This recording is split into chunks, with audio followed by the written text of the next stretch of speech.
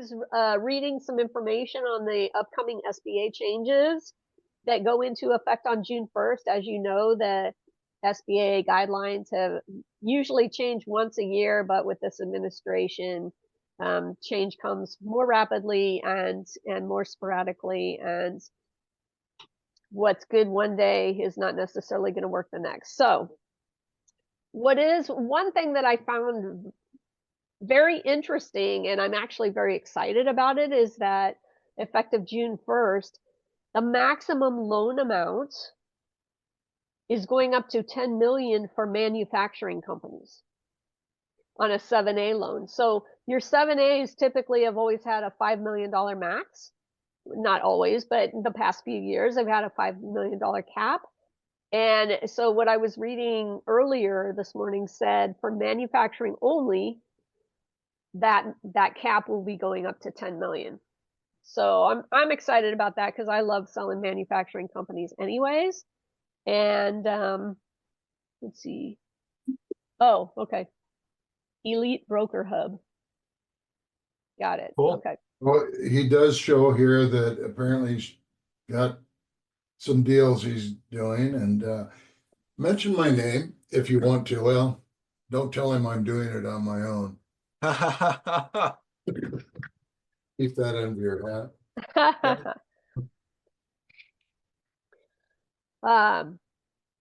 Yeah, so any of you out there that are selling manufacturing, just keep that in mind. You're going to be able to do some larger deals under the SBA loans that previously could not be done. Could I ask you a question on that, Tanya? Yes. I'll research that on my own, but I've got about a $7 million manufacturing business right now that we're selling. I have a buyer, I think. There's a lot of trucks and front end loaders and grinders. It's a part manufacturing business actually, and so a lot of fixed assets, and the SDE doesn't support.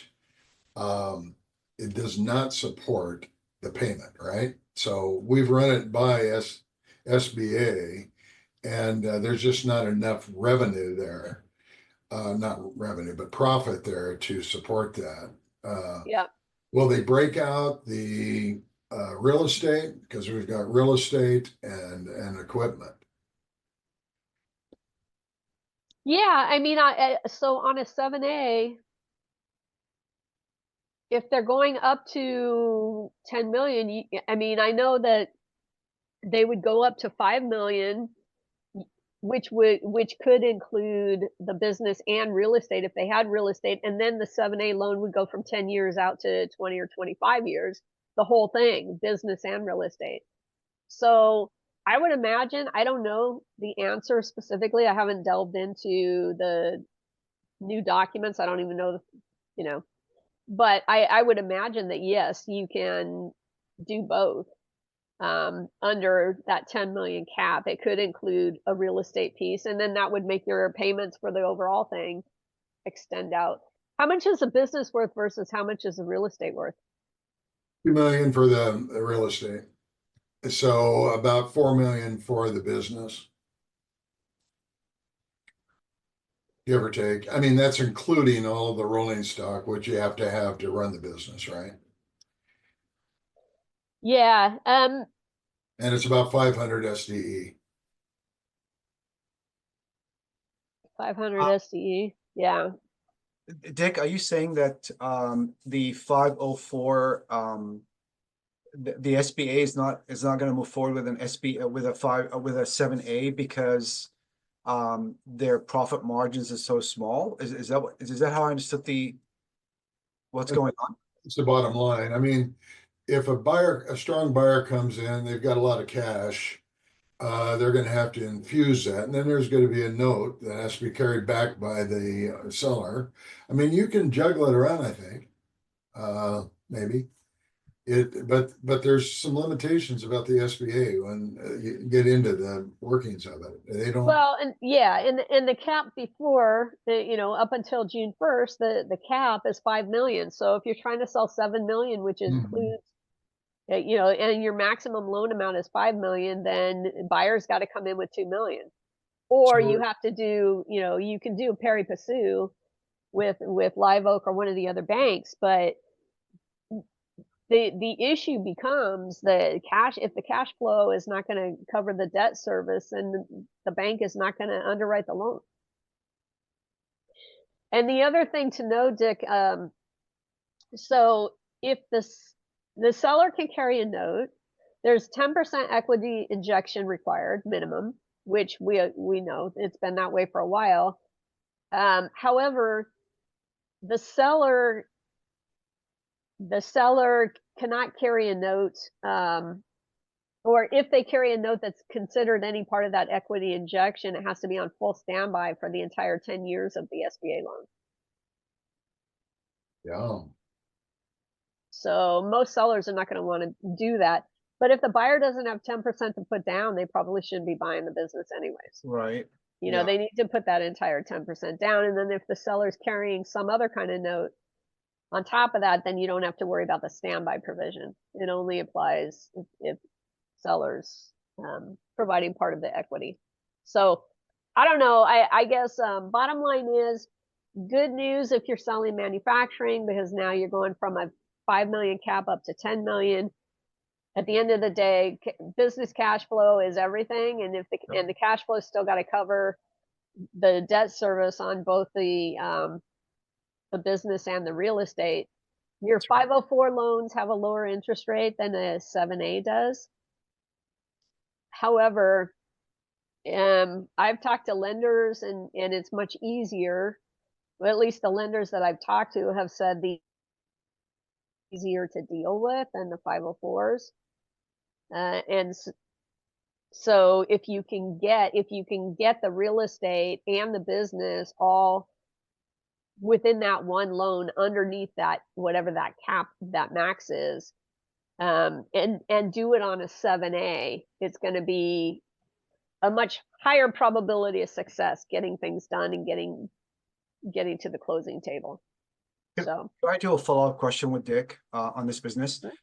Historically, has this manufacturing business always shown low profit margins, or is this something that's, if you looked at like historicals, how they've been performing over the last like maybe 5-10 years?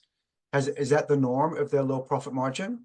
Well, the good news is that it's on a trend going that way. Oh, that's great.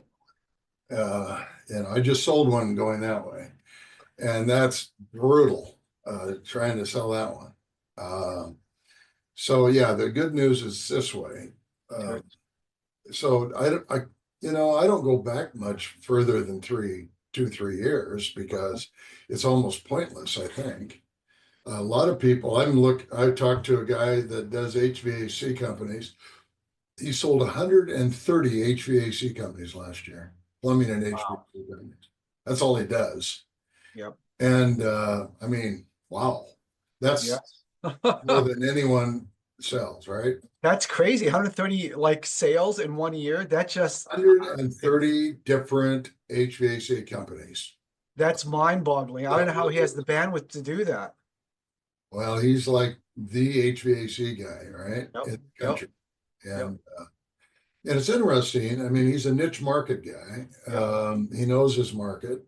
People come to him, but it's all common sense.